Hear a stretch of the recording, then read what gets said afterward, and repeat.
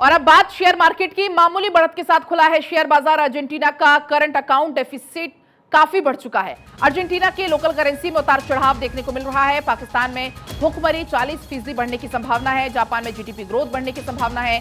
Canada में भी महंगाई कम रहने की उम्मीद है। सोने की कीमत में इजाफा होने की भी संभावना है।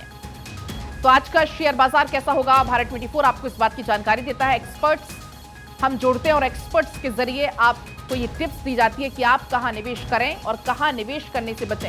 एक्सपर्ट से आपको हम निवेश की टिप्स भी देते हैं मामूली बढ़त के साथ, चूंकि आज शेयर बाजार खुला है। तमाम जानकारी के साथ अर्थशास्त्री हैं आकाश जिंदल जी जुड़ चुके हैं। आकाश जी, बहुत बहुत स्वागत है भारत 24 पर आपका।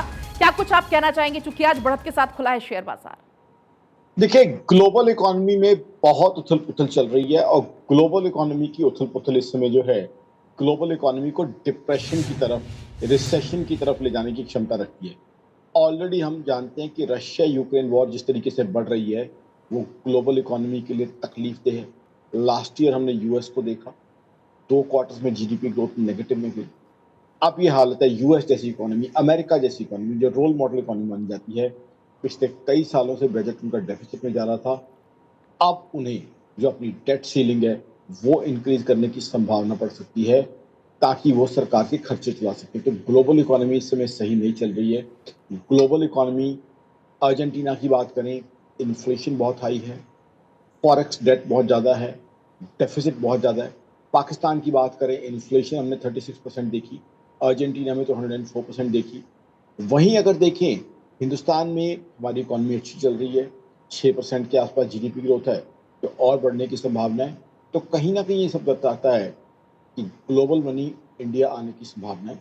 मैं स्पेसिफिक शेयर्स पे तो कोई व्यू देता नहीं हूँ, बट ओवरऑल इंडिया की ग्रोथ अच्छी चलने की संभावना है। मेरे हिसाब से इस साल India fastest growing economy of the world रहेगी और उसके बाद चाइना रहेगा।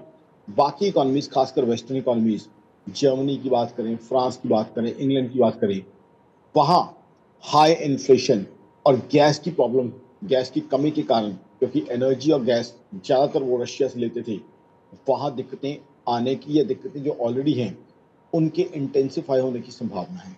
इधर पाकिस्तान की बात करें, मेरे हिसाब से पाकिस्तान का भी करंट अकाउंट डेफिसिट और बढ़ सकता है। साथ ही साथ फॉरेक्स लोन में जो है इंटरेस्ट कंपोनेंट को लेके भी पाकिस्तान में मेजर प्रॉब्लम आ सकती हैं। तो कहीं ना कहीं चाइना जो है वो थोड़ा मजबूत चलने की संभावना है, बट पाकिस्तान में इंफ्रास्ट्रक्चर फंडिंग को लेके भी सिवियर इश्यूज आ सकते हैं।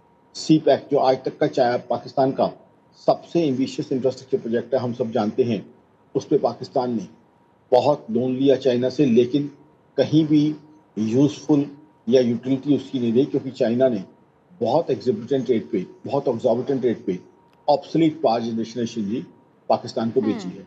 तो कहीं ना कहीं ग्लोबल इकोनॉमी में अभी भी उथल पुथल और आकाश जी, रिसेशन लेकिन में लोगों जाने की की संभावना जाती है। लगातार नौकरियां, मंदी की आहट, ये ऐसे कुछ सवाल हैं जो लगातार लोगों को परेशान कर रहे हैं। आपसे समझना चाहेंगे आने वाले समय में अगर रिसेशन की बात करें तो भारत में क्या कुछ संभावनाएं हैं? बहुत अच्छा और बहुत ही लॉजिकल सवाल आपने पूछा। देखिए, भारत में जहां तक है, क्योंकि भारत भी ग्लोबल इकोनॉमी का हिस्सा है और खासकर जिस सेक्टर की तरफ आप पॉइंट आउट कर रही हैं, जिसकी तरफ आप इशारा कर रही हैं, जी। आप आईटी और बीपीओ की तरफ शायद इशारा कर रही हैं, बिल्कुल मानता हूं, क्योंकि आईटी और बीपीओ हमारा यूएस और यूरोप से जुड़ा हुआ है। तो कहीं ना कहीं, क्योंकि दुनिया भर में हमने देखा है बहुत बड़ी बड़ी कंपनीज में रिसेशन आई है, नौकरियों में कटौती हुई है, तो इसका इम्पैक्ट तो हिंदुस्तान पर भी पड़ना शुरू हो गया है। हिंदुस्तान में भी जो है आईटी सेक्टर में कुछ कटौती हमें देखने को मिल रही है। और एक चीज और वार्न कर दूं, अगर ग्लोबल रिसेशन एक्चुअली आती है, अभी तो स्लो डाउन है, तो हिंदुस्तान में और नौकरियों में कटौती हो सकती है।